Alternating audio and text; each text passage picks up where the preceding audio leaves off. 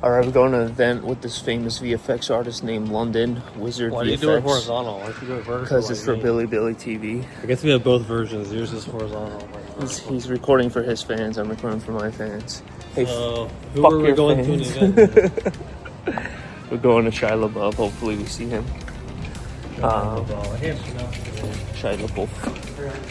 He's from Transformers with Megan Fox. Is he an actual actor or director? No, he's an actor. Yeah, he's the guy who's just like, just do it! Just stop thinking about it and just do it! So yeah, these are nice shoes. As you can see, I forgot to brush my hair, but There he is. I just look sexy no matter what. He's gonna put this on his, not sure which platform, but all of that. To infinity and beyond. Buzz Lightyear. Dun, dun, dun, dun, dun. Should I drive or you drive? Is this all the way in Santa Monica? No, it's more like Los Angeles, Santa Monica. In between. Like, West Hollywood. City I think it's West Hollywood. So here in London, he's driving to LA right now for the event. For Shia LaBeouf's premiere. Hopefully he's there. It would suck if he's not there, but it's okay. Big stars are showing up, me in London, so we're kind of a big major deal. Wow, you just remember that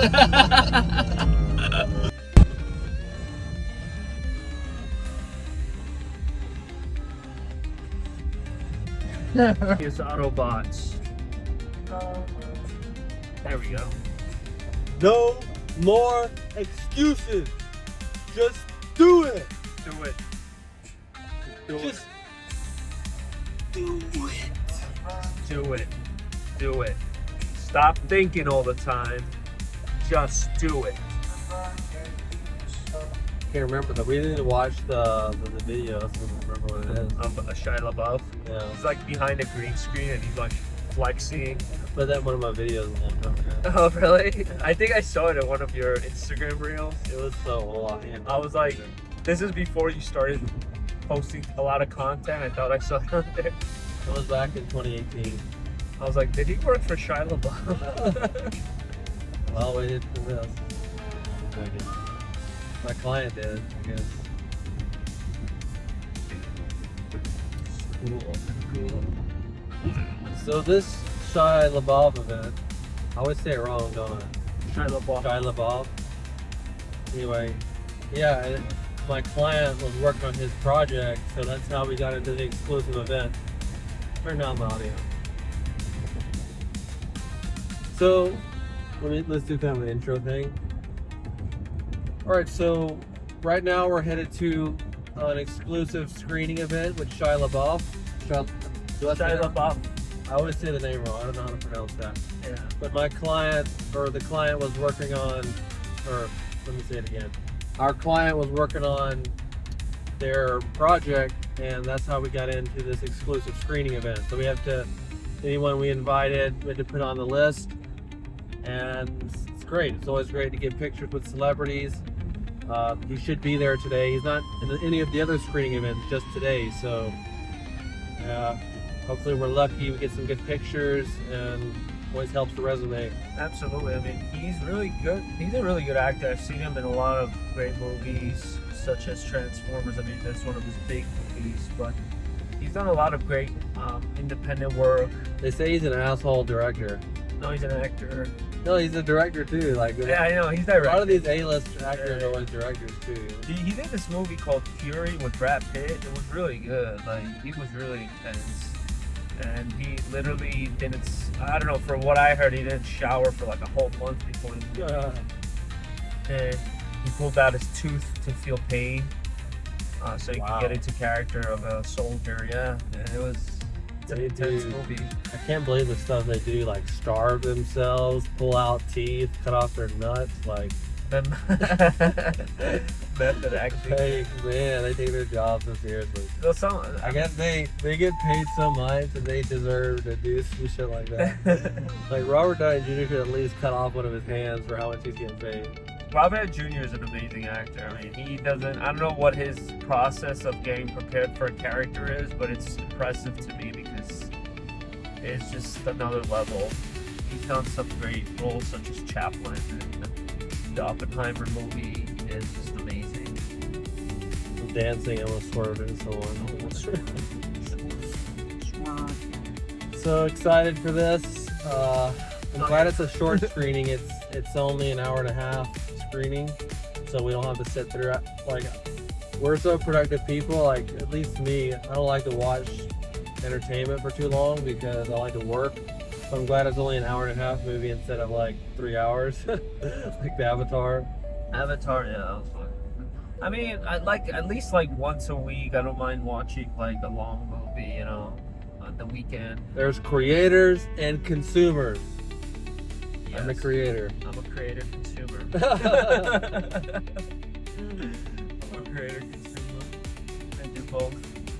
No, back in the day when I was like, I had like my own time and schedule. I would literally like every night I would watch a movie, like at least one movie a night, and it was fun, or a series of an episode, you know, and that would help me get ideas for projects. He puts on his Instagram, he's like, these are my favorite movies. All 10 of these I've watched 30 times. And like, I haven't watched 30 movies in my life. I love movies. I'm a huge fan of movies.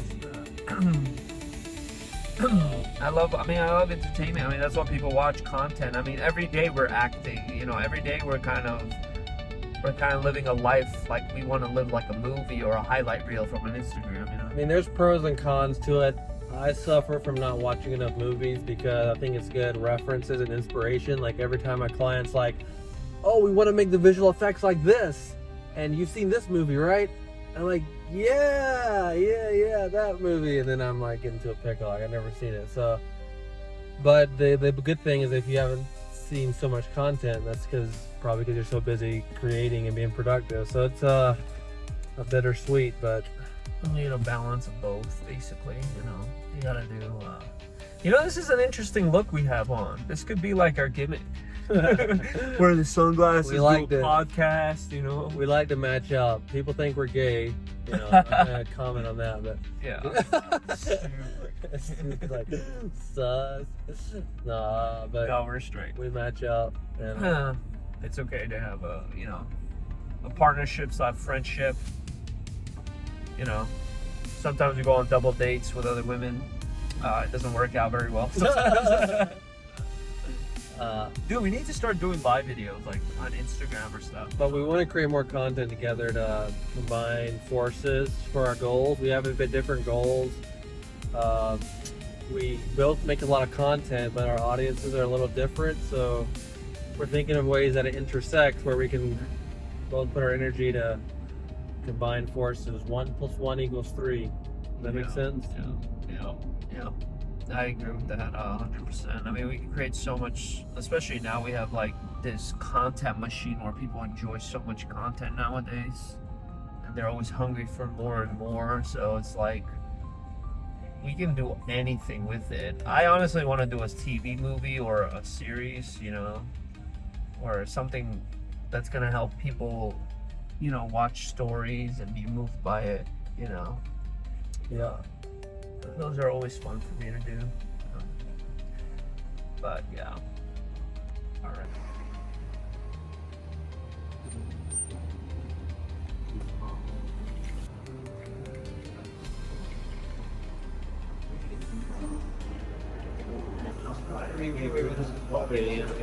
How do you like the event? Gotta get some Snacks, food. I enjoy the film. Yep. Probably gonna finish all the popcorn before the opening credits, but not good. All right, we're about to see the movie. We got some snacks here. Chicken tenders, Coke. We're ready to go see it. Let's see it.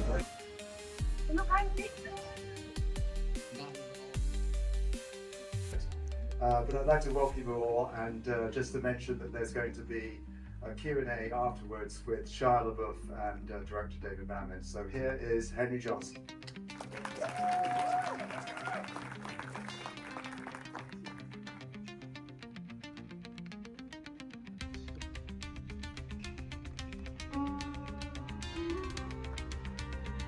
same thing about the people judge it by the very end, even if the whole movie is the shot. So, there's David Mamet right there. There's David Mamet in the corner of the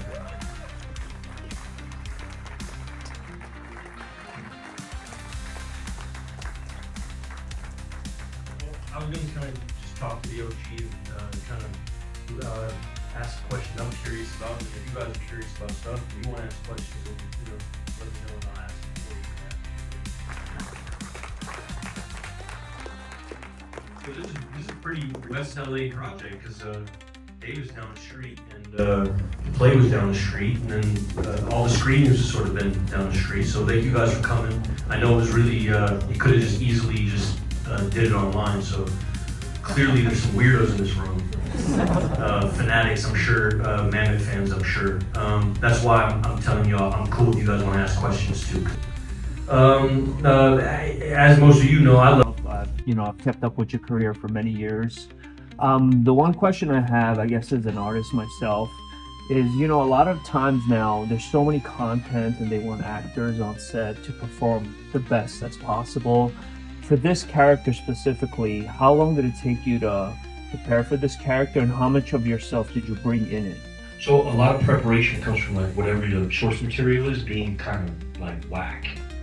A lot of preparation is like the script's not okay. Like it's not true when you read it. So then the goal of my job is to like try to fix it. When you get a Mamet script, there's none of that. So there really is no prep. It's not because I'm lazy, but because there's nothing to do. Does that sound right? Yeah. So I basically learn what he wrote, and then I get confident. And that happens in hallways with Dave after shows, right? I'll do a show, and then I'll see Dave in the hallway, and I'll go, what do you think? And he'll go, pretty good. And that'll go on for like 6 weeks. By the time you get to set, fool's already said pretty good a couple times, You're feeling yourself now. Now you're like, I don't give a fuck what anything thinks. Yeah, 26 times. Watch this. And that's how it goes, that's my prep. And that's what you got there. You got a con man. It's a con game. Acting is a lot of that. Yeah. Heck yes. Anybody else? I felt like you did do a lot though, besides obviously learning the lines and everything. Like in the room with the guy, the first scene, you were walking around, doing a lot of stuff, behavior, like you really took off your sweater and gave it to him, and he chose to put it on. Yeah. Was it something that you created, or did David team up with all that? Well, I felt like it was all like a play and stage, but I wanted to know how much of the behavior, David allowed the actors to do, or how much of it was like improvised. The question was how much of that behavior is invented, who invented it, who created it. The way I like to think about it is like it's like putting cookies in an oven. You know what I'm saying? Like Dave puts the cookie on the tray, he mixes the whole shit, makes the batch, puts it on the tray. Who's cooking it? Dave or the oven? It's like there's a magical thing that goes on. Like once the shit's already been built, that I wouldn't take credit for. Maybe young me would have. Young me would have took credit. I know, older I get, the more I realize how much help I need. So the choice to take off the sweater and give it to him was David? Well, yeah, so what will happen is, Dave knows this about me. I'm kind of a twitchy kind of character, twitchy, just, yeah, and so I gotta move. And then Dave's gotta kind of corral that energy, and he let me explore, on stage you kind of watch me every night, so things he liked, things he didn't like. So in the beginning he was sort of like, let's lean that way instead of that way. So like I built it, he curated it, but I also built it, because I was just doing his lines. I don't know who built it. I would say Dave built it. I don't think I've ever been this good, and it's probably because Dave. I think that's what I'm betting on. I think so. That's why I'm trying to work with him forever. Yeah, for sure. Ask you some questions and then throw it there. Okay. I'm a budding writer, that face. So I wanted to know, what's the seed of an idea? So if you're in a coffee shop, you hear something, how does it begin?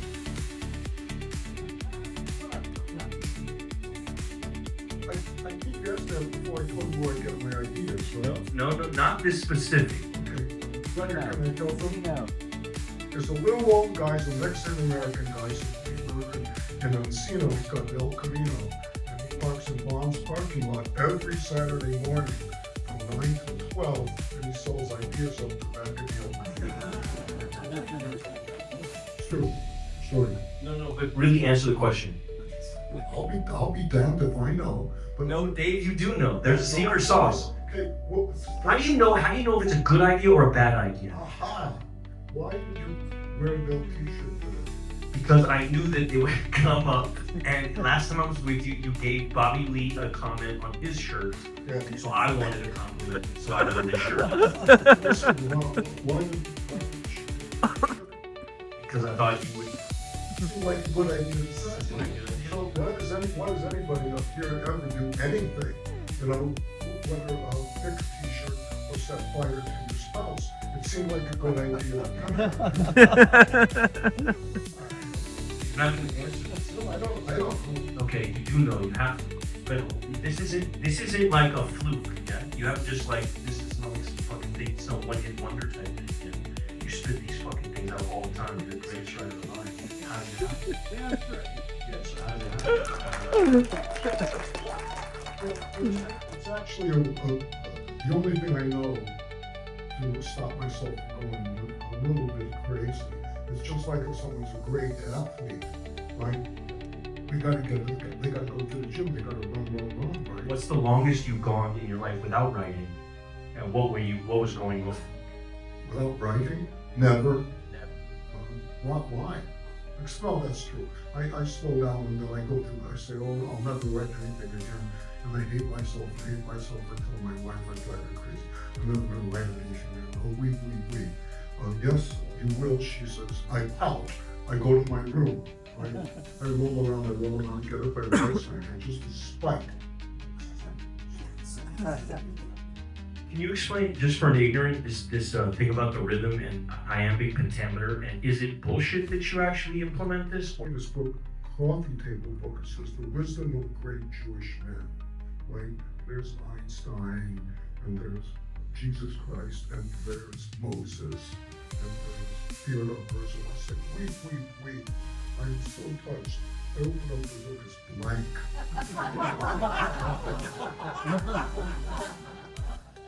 So Gene started smiling. Danny was a prince. Just fell apart, screaming. Still got the book. Was he nice to Rebecca? Yeah. Always like. Was he nice to you? And you had to feel about him like I feel about him. Were you ever in his ear trying to catch tips and tricks from him, or was he not approachable? No, I've never asked anything like that. I had to constantly pinch myself when I was acting with him. I couldn't believe it. But he was You give it to me and then I say it. I don't know, man. I've been reading scripts a long time, my whole life pretty much. That's all I read. I've never read anything like it. There's nothing even close. Everybody tries to copy it. Motherfuckers would be in a writing room like, hey, we should Mamet this part. It's like, it's just about the most copycatted fool around that ever, at least since I've been alive ever. Every writer wants to be Dave. I gotta stop talking too much. We don't have good theater here yet, but the new theater is YouTube. Why can't we just start it really podunk? Just why can't we just really humble, no pride at all, no ego, just make a David Mamet channel? Well, we're going to do one as cast. When, Dave? When? I'm working on it. People are all unique, and I know that I find you make me feel safe. It doesn't make me feel that, but different folks, different strokes, I guess. What the fuck are they asking me? Yeah, pace. Anybody else got questions? Yeah. Ask all of them. You got him right here. He's right here. He's real. He's right here.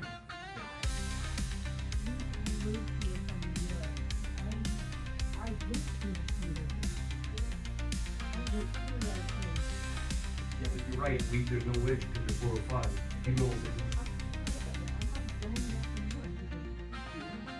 The first thing is where you're going to live, right?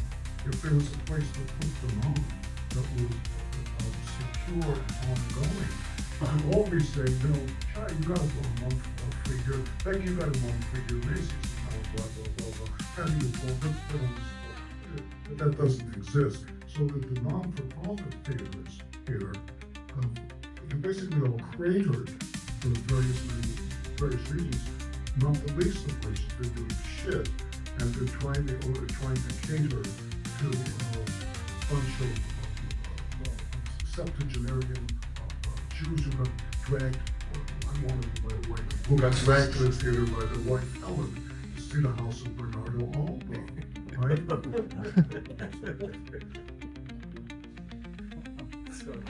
what you're saying. Reflecting on how seeing authentic, relatable performances. Paul wrote that I'm not used to kind of acting school. And I'm wondering if you still stand by that.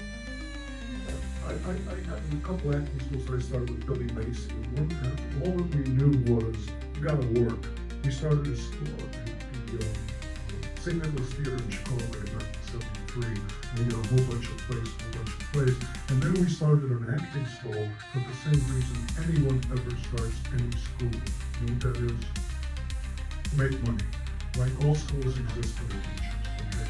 Then we were in New York and we were working teaching, make money as teaching for NYU. And somebody like the Macy said, well, shit, let's start a theater company. We were going up to Vermont for the summer. And the kids said, oh, let us come with you.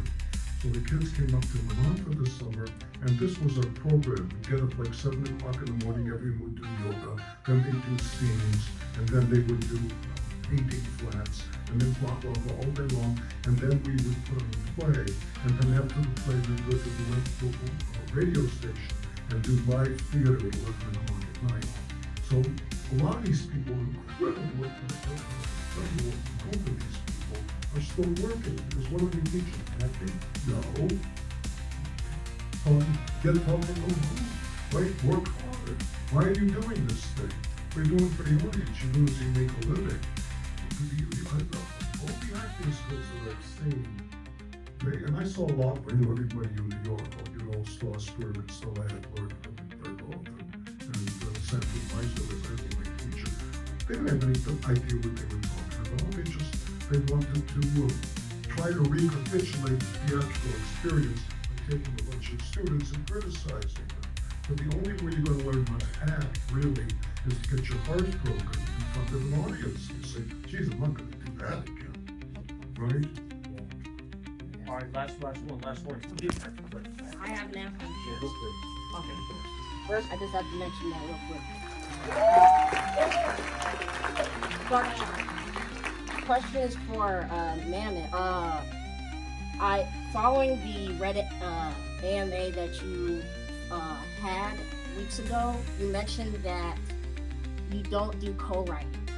I'm assuming that's because you want control of the project, and you said that your writing should be good enough.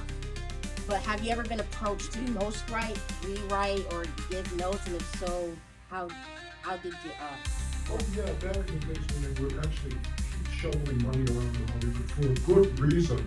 I was hired to do several rewrites. Other than that, the only thing I ever co-wrote was Shel Silverstein. I wrote a thing called Things Change. But other than that, if the Italians say River's got a partner, he's got a master. So why would I want that?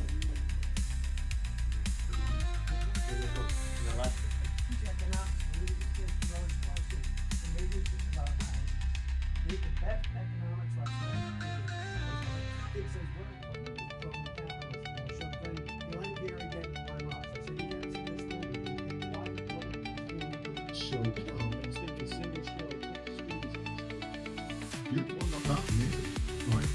I do it for a living. You should do it. I mean, why not? Nothing wrong with that. Listen, all of us have had the experience of saying, you know, I went to see the House of Bernardo Alba at the junior high, and it was better than the production in Broadway. That matters to what happens next. You know, I asked Sidney when we met, I said, Sidney, how did you go to all this? Drop renovate and do the first how in the world did you learn how to do it? He said, Dave, how you doing? He said, Yeah, I don't think it is. No way. Yeah. He said I did. Yeah. Oh, okay. Good job. Thank you. He said I did 250 All good. episodes Nice to of meet you, live bro. television. Yeah. Yeah. And that's how he learned good. how to direct the Nice to movie. meet you. Yeah. So I directed a What's whole up? bunch of episodes Yeah. of we were doing the unit. Yeah. So we were shooting. Yeah. The unit was in reruns now all the time. Oh, You know yeah, I know they're sending me a bill. There's. We're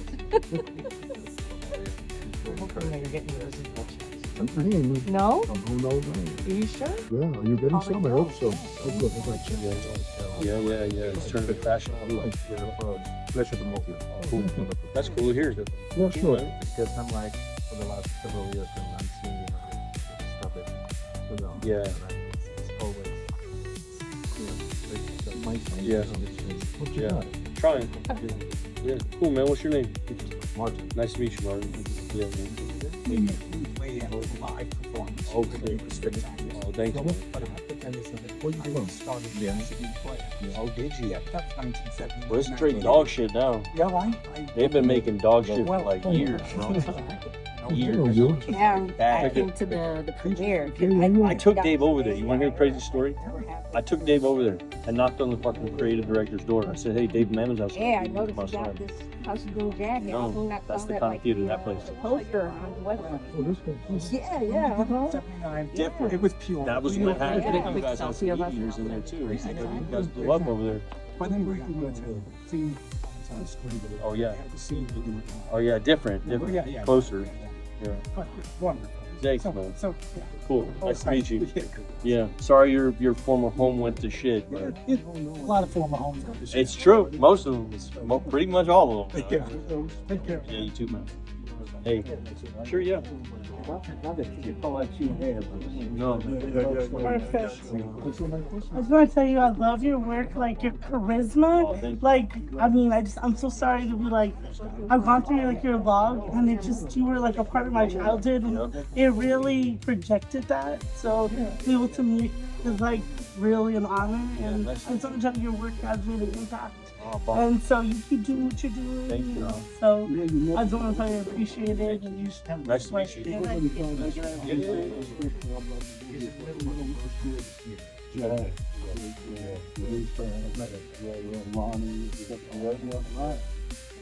Thank you, and good luck in everything you're doing, and your family. Thank you very much. It's curious where trying to get in. You know the duet, the really famous name. Was that for your channel or what? That was in Slade Art School. You know, Slade. There was an art school in England. Art school. Yeah, they were doing their thesis program. So every artist sent in their thesis work and 3 sentences. That's what that all meant. Yeah, you got so famous. And while you're doing that, I want to thank you for giving us the rights to the first one of American Alpha. Oh, yeah. Because, we had to come all the way to you because everybody else was saying no. And I wish you'd seen our teacher, it's Troy Coster, the guy just went on winning the award for Coda. Oh, yes. Yeah, he invested Mamet, bro. That's safe. I'll give it to him. Thank you. Nice to meet you. What's up, man? Nice to meet you. One of my first teachers, that's in you on here. All good. So much. Yeah, you're welcome. Nice to meet you. Sure, yeah, come on. Here, yeah, come on. Yeah, I'll take it with my phone. It's fine. Wow. Well, so what do you think? Wrong. Other way. So what do you think about the film? It was really good. In Hollywood, what does really good mean? I think they were out of money. They needed a big star, and they had to make a movie. And the ending was pretty good. So that's the thing about movies, is that even though the whole movie sucks, if it ends on a crazy brain twist, it's like, whoa, that was an amazing movie. But the movie was so boring. It was just so much dialogue. And I asked him, I was like, how good was the movie? He's like, it's really good. And I'm like, really? And he's like, that's another way of saying it sucked. It is a term in Hollywood when they say, oh, the movie was really good. That means it sucks. It's like, oh, that's an interesting idea. I mean, that idea sucks. It sucks. It's like, what do you think about my script? It was interesting. That means it sucks. That's the terminology they use in Hollywood. that means they don't like your script. It was really bad, but afterwards we got the pictures we wanted. We met, made some connections, so we were really happy after the event. We got some good Subway, and yeah, so we're having fun. Yeah, we talked to some interesting people. Shia LaBeouf, man, he is an amazing dude. He's very funny. Well, he's known to be an asshole, but in real life he was like really nice. Very sweet dude. I like his energy because he's like straight up, you know, he's not like, he doesn't act like a Hollywood star. He's just a normal guy, you know. So I walked up to him and I said, hey, the famous meme where he said, just do it. I was like, what was that for? And so this guy was recording me, but he had the camera kind of down low, kind of sneaking the recording, and then he looked directly at Shia it. LaBeouf looked at the camera. The most sus look. And I was like, dude. He was like, you're not tricking anyone. Yeah, I felt bad. You know, Shia LaBeouf is awesome. But that was cool that we figured out what that meme was for. I was like, why did he record It was for an that? art class or something. Yeah. No, We have it on video though. We'll probably he's a show cool it. dude, and we made some interesting people. You know, very good event overall. Very good event. The movie felt more like a play, like a stage play. Yeah, you know? it was so long, so much dialogue. I felt like that should just be kept. You know, certain movies should just be kept for stage. You know, That's the crazy thing. It was almost like 4 shots. That's it. Long shots. The first one was them talking in the room with the lawyer. That was like 20 minutes of that. Then they was in jail. 20 minutes of them talking in that room. Is like so much dialogue. So, and never trust a cop. That's what I learned at the end of the movie. Never trust the cop, because they pretend to be your best friend, but they're not your best friend. They're actually against you, and they want to protect their butt instead of yours. Even though they need to protect us, but they're not your friend. Just saying. You know. I'll leave my glasses. Maybe I'll. Maybe you left it. I need my glasses. Yakov looks cooler than me right now. There we go. Bro, this is. Oh, I can't see the road. Man. The last vlog video I made was 25 minutes long, and people loved it. So you're not supposed to wear glasses like this. You're supposed to wear them like this. I did a live video, and then it ended as soon as I asked the question. And my live video went white. I was like, Yakov, fix this. He's like, and in the live. Well, I'm like, of course. fuck. You can't do anything about it when it's white, bro. Maybe there was like an angel, you know, protecting you from recording to basically lose subscribers. But I had a bunch of people like jumping on the live. Yeah, you got a lot of people on live really fast, man. It would have been boring anyway, so fuck it. They were just talking about it. Yeah, I mean, some people. But yeah, you know, that kind of concludes our vlog for today, right? Peace out. Until next time, let's make it big. Boom. Check out, we're back.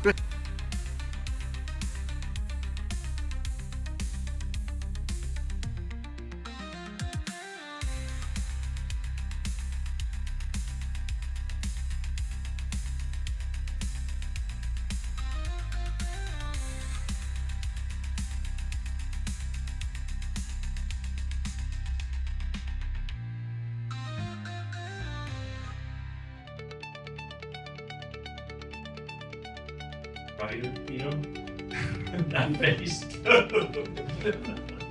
So I wanted to know, what's the seed of an idea? So if you're in a coffee shop, you hear something, how does it begin? I think you asked that before I told you where I got my ideas, right? No, not this specific. Okay. Look down. There's a little old guy, some Mexican-American guy, in Encino. He's got an El Camino, and he parks in Mom's parking lot every Saturday morning from 9 to 12, and he sells ideas off the back of the El Camino. Sure. No, but really answer the question. I'll be damned if I know. But no, Dave, you do know. There's a secret sauce. Okay, How do you know if it's a good idea or a bad idea? Aha! Why did you wear that t-shirt today? Because I knew that they would come up. And last time I was with you, you gave Bobby Lee a comment on his shirt.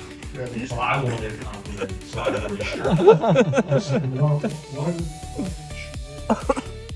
Because I thought you would. this is like what I just said, right? You know, why does anybody up here ever do anything? You know, whether pick a t-shirt or set fire to your spouse, it seemed like a good idea. So you're not gonna answer this? I don't know. Okay, you do know, you have to. But this isn't like a fluke, yeah? You haven't just like, this is obviously fucking thing, it's not one-hit wonder type thing, yeah? You spit these fucking things out all the time, you're the great writer. How does it happen? So how does it happen? It's actually the only thing I know to stop myself from going a little bit crazy. It's just like if someone's a great athlete, right? They gotta go to the gym, they gotta run, right? What's the longest you've gone in your life without writing? What was going on? Without writing? Never. Yeah. Why? No, that's true. I slow down and then I go through, I say, oh, I'll never write anything again. And I hate myself until my wife, I drive her crazy. I'm not gonna write anything. Oh, weep. Yes, you will, she says. I pout. I go to my room, right? I roll around a little and get up every next night. It's just a spite. Can you explain, just for an ignorant, this thing about the rhythm and iambic pentameter, and is it bullshit that you actually implement this, or is this a real thing? Like, does it just sound good for a writer to say, oh, I wrote my play in iambic pentameter? It sounds good because people speak that way. Explain what it is. That was just a line in iambic pentameter. What is that? I'm sorry, I'm ignorant. I know it's a rhythm thing. Yes, it's 5 beats, short, long, short, long, short, long, short, long, short, long. It's an iamb is a foot, short, long. Pentameter is 5. Of course, it sounds good because people talk that way. It's a line in iambic pentameter because that's natural to English to speak an iambic pentameter. Okay. Well, I didn't know that. It's natural in English to speak in iambic pentameter. Yeah. So Shakespeare is not some special shit. It's just what it was. He was the greatest poet who ever lived. Who adopted that as Why is he the greatest? Because okay, you know. I know I'm asking like 6-year-old questions. Bear with me. Well, because listen, the best thing I ever heard was in high school. Somebody said, "What's the definition of good taste?" And the teacher said, "Good taste is what I like." Yeah. So that's the only definition I know. Good taste is what I like. Yeah, good taste is what I like. I think what's the good taste you think was a good taste. Then, okay, this explains something to me. Like, for instance, not that I'm like, but I've been in rooms with guys, directors, for instance, and they have bad haircuts. They usually make bad films. Do you find that that's true? Honestly, do you find bad haircuts and bad fall, of course. Tragico, blackouts. You didn't know whether to laugh or cry or piss yourself. And you didn't say, my God, that's true. And it was a 7-minute scene. And then I started reading plays, and I realized that that's exactly what Pinter was doing when he first started out, came from the radio, and he was doing a night out in review sketches, and they were 7-minute comedido, tragico blackouts. And so I said, oh, I've seen that before. That's what they're doing in Second City. And then I started reading Chekhov, and that's what Chekhov is doing. His plays don't have any plot. They're just a bunch of 7-10-minute scenes strung together, so I said I could do that. So I wrote this play called American Buffalo, which you see a bunch of 7-minute scenes with these guys at a junk shop, these thieves. And I did it in New York, off Broadway. And this great director called Hulu Grossberg came and said, if you figure out a plot, I'll put it on Broadway. So my first reaction was, fuck you. I'm so talented, I believed it all. And my next reaction was, oh, well, this is a pretty deal. Maybe I better figure out how to write a plot, which is the hardest thing I ever did. I mean, maybe the only hard thing I ever did was figure out what a plot is and figure out how to write one. And the thing is that when you figure it out, it doesn't get any easier. It actually gets more difficult as you go along because your understanding of the plot deepens. So what you want to do in a play, like in any play or any movie, is throw away everything that's not the plot. So that was the biggest thing that ever happened to me. was thinking, oh, you know, I better figure out how to write a plot, right? So if I didn't figure out how to write a plot, you know, I'd still be washing dishes. Which is crazy because you disguise it so well, it creeps up on the plot. You gotta disguise it, right? I mean, listen, the most greatest wisdom in movies, how do you make any movie better? You throw away the first reel, throw away the first 10 minutes, because it doesn't sell with the plot. It starts with, well, here you are, before you were my brother, and although I am a gynecologist, it seems to me that sitting here as we do in the laundromat and working your way through it's all narration. The first 10 minutes are all narration. So the narration often takes the place of the plot, because we want to know about the people. All we want to know is what the people do. And you can't figure out what the people do until they start doing it. Will you write out those 10 minutes and then chop it, or will you start? No, I just won't write it. Anything which is not narrative, I'll throw it away.